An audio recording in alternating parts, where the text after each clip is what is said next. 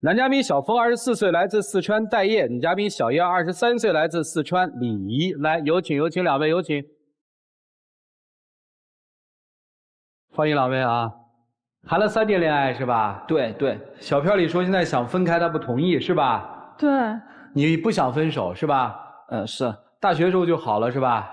就刚跟他在一起的时候，他在学校很多女生都喜欢他嘛，就女人缘特别好的那种。啊。刚开始他有过一个前女友，跟前女友分开过后就追我了。当时我不同意，我觉得跟我闹着玩的嘛，但是他一直说喜欢我啊，然后我就同意了。追了多久？就几个月。然后呢？然后就我发觉就没有他之前说的那么喜欢我啊。他的手机从来不会给我看，有些时候甚至消失4、5天看不到人的那种。你后来知道他消失4、5天去干嘛去了吗？就有一次偷看他手机嘛，然后发现他跟他前女友发红包买口红什么的，就从来不会送我什么东西。然后我还发现了他消失了4、5天嘛，就他前女友过来找他了，然后他们在一起，然后骗我。你乐啥呀？你怎么还乐呢？他还突乐了一下，就是4、5天成功消失是吧？隐形，你干嘛去了？没有啊，那4、5天是我们寝室的室友大家组织出去玩呢。那你干嘛不跟他说一声呢？当时我们吵了几句，然后都说你不伤我，我也不伤你了。当时冷战中啊。啊，那给前女友买东西了吗？买了。发红包了吗？发了。是跟同学都出去玩去了吗？是啊。他还骂我说我无理取闹，然后还说自己根本不喜欢我。你说过？当时气啊，气话。不是你气什么呢？翻我手机啊。他的气点在这儿，你翻我的手机，那你怎么原谅他的呢？他就献殷勤什么的嘛，然后我心软就原谅他了。献殷勤，你就可以原谅他啊？对，因为第一次这样嘛，然后我就原谅他了，然后他还跟我保证以后肯定还是继续呗。就后来嘛，我发现他微信好友还有他的前女友，然后跟我们学校的学姐学妹聊天都很暧昧，然后发现了他还是骂我神经病。重点不是骂你，重点是不是有跟学校的学姐和学妹暧昧？咱先没有啊，没有啊，没有啊，跟同学之间打个招呼，礼貌很正常啊，只是打了个招呼，本来就是啊。所以你觉得他是多心了，是这意思吧？啊，就是很小气这种感觉。好。然后有一次国庆的时候，他跟我说他回老家了，但是我当时跟我朋友在外边逛街，然后我的手机被偷了嘛，就很伤心。然后晚上跟他开视频，他不接，后来接了过后，他在被窝里边接的，我让他给我看一下周围，他就挂了，就很害怕的样子，不知道跟谁在一起。什么叫很害怕？挂了过后2分钟，我给你打电话，你接过吗？接视频有接过吗？当时我们才到酒店，大家还在探阳明天去了。你不是说你回家了吗？我说回家出去耍呀，跟你说了的。那你后来跟我说你跟你爸妈呀，然后后来他回来了，翻他手机看到了跟一个女的出去玩了。什么叫一个女的？我们是一群人，好不好？全是朋友。不是刚才说跟你家人出去玩吗？这会儿怎么变成朋友了？是我幻听吗？他骗我。不是，因为我跟他说我去跟我家人一路，然后他才会让我不跟他一路去耍呀，国庆，不然不好推脱啊。就是你不愿意国庆的时候跟他去玩，愿意跟那些朋友去玩。因为我们之前都约好了的。那为什么不是带着他跟你那些朋友一起去玩呢？当时没想这么多吧。他死活不承认，然后证据翻在他面前，他才承认。然后我翻了他那个女的朋友圈，然后看见他们一起旅游的照片什么的。我们一起出去耍，别人发的朋友圈，一群人呢。这个反正很多年前的事了啊，至少有2年以前是吧？啊，对对对。姑娘，所以我特好奇，那个时候时间很短吗？刚交往吗？你发现不对就快跑吗？你怎么还留下来了？你能清晰的告诉大家吗？就他哄我呀，跟我献殷勤什么的。不是他用了什么方式？他献殷勤最催泪的，或者最能软化你的是哪一部分？你能给我们举一个例子吗？就我特别好，对我特别好，然后说什么花言巧语的，然后我奔马就相信了。相信了啊？对啊。那是你发自内心说的还是花言巧语啊？没有骗他呀。但是就是确实是跟一堆人出去玩，是吧？本来就是。没有特定的异性对象出去玩的，对吧？没有。只是不想带着他一起玩。啊，对啊。是这意思吗？是这意思。那你回答我，为什么不愿意带着他一起玩？既然是你的女朋友。因为他特小气啊，跟我的朋友都特合不来，这种感觉。就玩不到一起是吗？就是他进不了你那朋友圈，是这意思吗？啊，就是。那你那些朋友知道你有这么一个女朋友吗？说实话。不知道。那为什么不能让大家知道呢？因为那个时候我刚跟我的前女友分手，才跟她交往没多久啊。这是他的这个理由和解释。这是在学校里头是吧？对，然后后面毕业了，他的脾气就越来越暴躁了，然后有些时候因为一些小事都要动手什么的。动过手吗？动过啊，就有一次我不是上班的时候玩手机吗？就主管跟他说我玩手机，我觉得老板不在没什么嘛，他就特别激动，跟我下班的时候在大马路上面，然后过人行道的时候就很激动，然后就对我动了手，就打了我一巴掌。公司的制度不能耍手机嘛，上班，然后他坐的位置就跟经理背靠背那种感觉，他耍手机，然后我跟他说了几次，然后主管找我说了，然后我跟他说了喊他不要耍手机，根本不听我的。主管为什么找你说呢？因为我跟主管认识。然后呢？然后根本不听他，继续耍呀。然后下班之后我跟他说这个事情，说的很着急嘛，两个人，然后我就失手打了他一下。道了歉了吗？这件事儿？他后面还手把我的眼睛都抓破相了，然后我们就不能让你随便打呀，就没去公司上班了，然后就辞职了吧，两个都没去上班了。对。然后我们两个人在家里就经常因为一些小事嘛吵架，然后有的时候我不是家里面养了2只猫嘛，我特别喜欢猫，然后有一次他看不惯我的猫，就扔我的猫嘛，就一把扔在墙上去那种，特别过分。我打他猫是因为房子里面有5个人嘛，合租的，他的猫挺烦，经常跑到别人的房间床上去，跳过来跳过去的，别人都跑来，因为是我的朋友嘛，都跑来向我倾诉这些东西。后来呢？后来就是我们两个住在一起嘛，就经常一些小事都要吵，然后他就回家考公务员去了，然后我就一个人在成都就开始了异地恋回家之后消停了吗？感觉生活平静了很多。你觉得呢？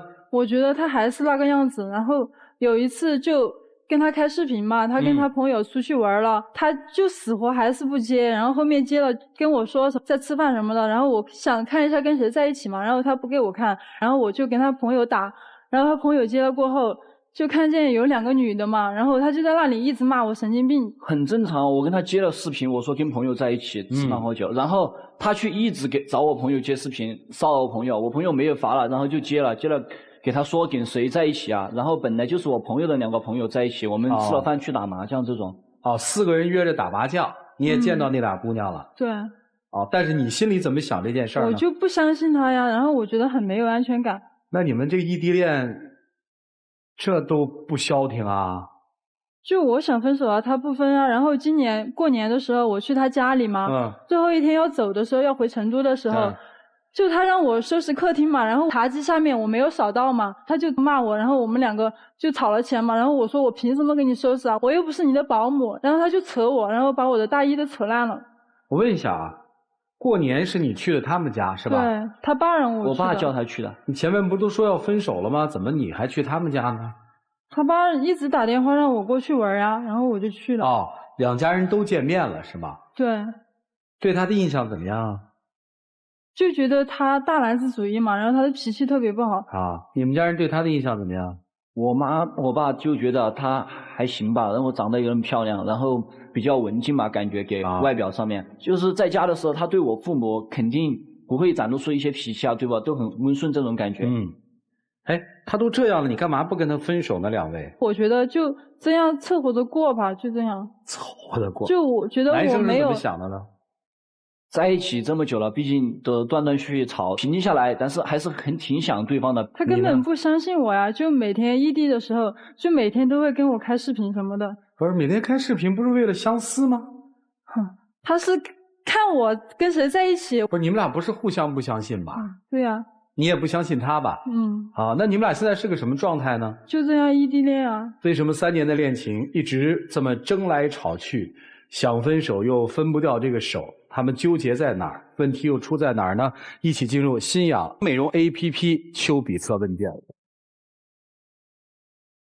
其实在整个的过程当中，我们听到女生是几次想要跟他分手的，对吧？然后他一哄就把你哄回来了。我就特别想知道他说了什么话，怎么样的甜蜜能把你哄回来，你就不离开他了？我觉得是我自己好骗嘛，我自己比较喜欢他。他就说我错了，你原谅我吧，我以后没有这个事儿了。然后对我也好，然后给我买什么东西什么的，就大概就这样就回来了，对吧？好，男生几个问题。问吧。第一，当我们提到前女友的时候，提了3次。你每次都笑，你在乐什么？我觉得过去很久的事情了，对吧？再提前女友感觉毫无意义，懂不？你觉得没事儿，这个事儿根本就，所以我觉得太好笑了，还跟我说这个事儿。不是说太好笑了，只是说笑着面对吧，这种感觉。哦，笑着面对过去，对吧？对对对。啊，好，明白。没有其他的。第一个问题，第二个问题，你连他带都没有带到你的朋友面前，你是如何判断他和你的朋友们玩不到一起去的？因为他这个人还是比较爱吃醋这种感觉吧，对吧？就是你自己觉得他爱吃醋，所以干脆不带到他可能会吃醋的地方去，这是你的判断。好，现在我在整个的对话当中听到的就是，你觉得你的女朋友，短片当中提到很招人烦，打扫卫生做得不干净，每次都是要吃醋的无理取闹，这样的一个女生，你就应该离开她呀。今天她提出分手，你为什么还要拒绝，然后来到现场呢？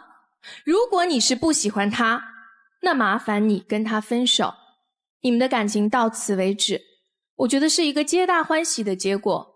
过去的3年，谢谢彼此的陪伴，不合适就是不合适，好吗？这是我对您说的话。我要对女生说，一个人是不是适合我们穷极一生的去喜欢和托付，不是看他对你好的时候有多好，而是看他对你不好的时候有多不好。听懂了吗？祝福每一位，谢谢。一个成年男人，当他感觉到自己的情绪出现问题的时候，他会控制自己，而不是说我用一种更愤怒、更激越的方式去针对你。因为你明明知道他会动手，你明明知道他会暴躁，但是你还一次一次的去跟他怼，一次一次的去激怒他，一次一次的把他往最愤怒要动手那个状态去逼。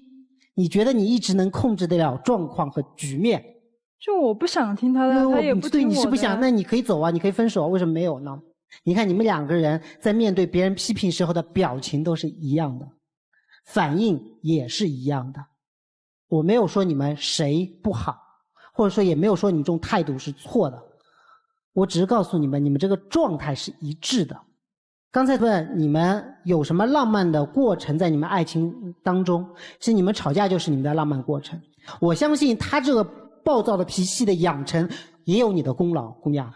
我只想提醒你一句，这种稳定状态是可以长期的这么稳定下去的，但是如果有一天他的这样的一种暴力的倾向变得不可遏制，那个时候你真的能控制掉局面吗？就这样，谢谢大家。叶老师，来，严老师，我一点都不觉得你们之间有爱情。你刚才说啊，我跟他分开几天，我想他，你想的不是他。你说我们分手之后，他来一哄我，我就跟他好了呀，不是他哄好你的。当你凝望深渊时，深渊在看着你，你们俩彼此吸引的不是爱慕，不是喜欢，就是吵架时候那个激烈。其实从你们一开始讲，我就特别担心你们这对年轻人，真的不要在一起了，你们毁了彼此。我们这么年轻去做点阳光的事情，我如果是你们的长辈家人，我真的就一定要拆散你们。你们要远离深渊，不要再彼此激发。当然分手肯定对你们来说是撕裂，很痛，但是你们经常要提醒自己，这不是爱。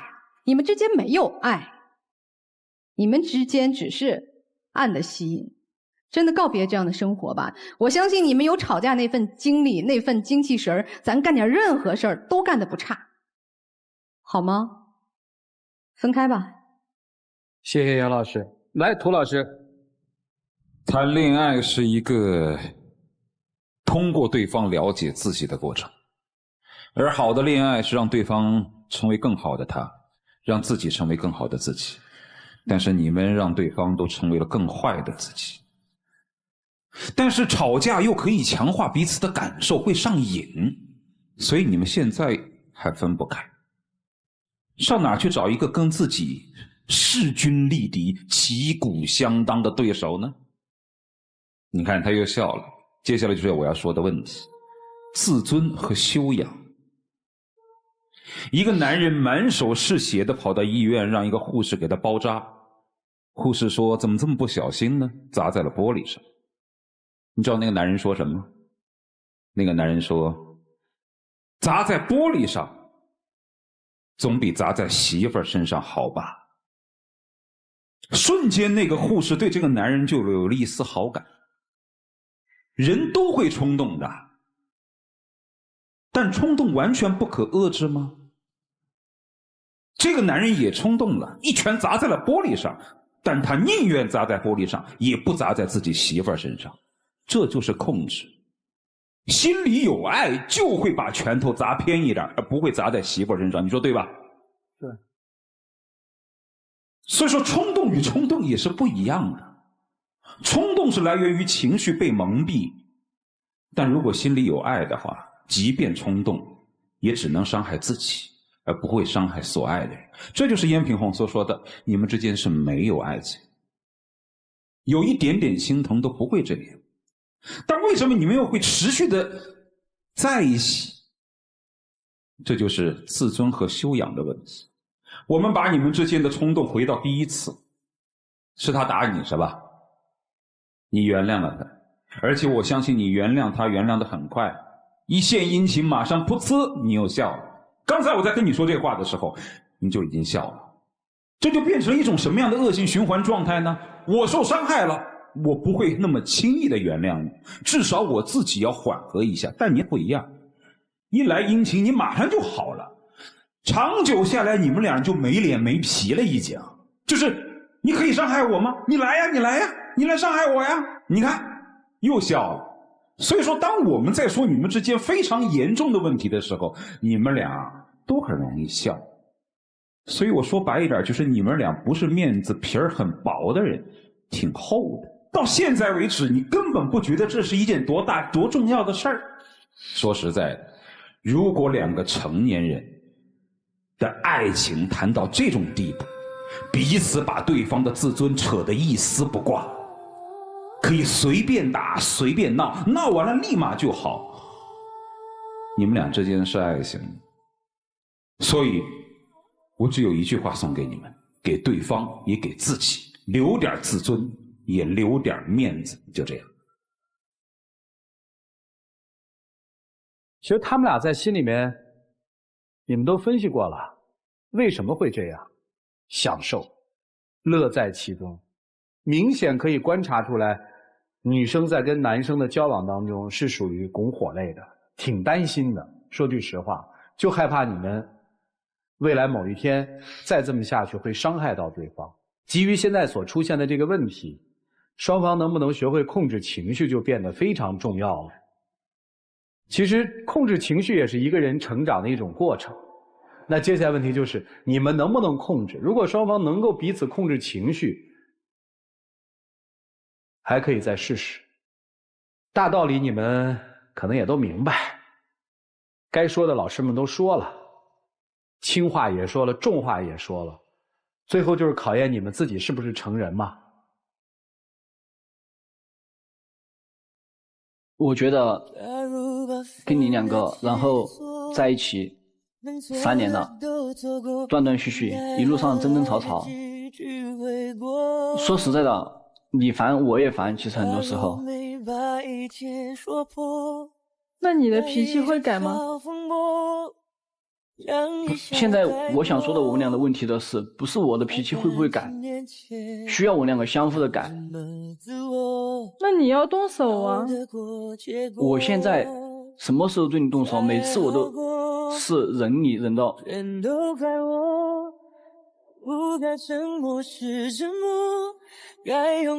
谢谢两位，请回吧。如果不是我误会自己洒脱，请关门。来吧，看他们自己的选择，请开门。自己的选择，请开门。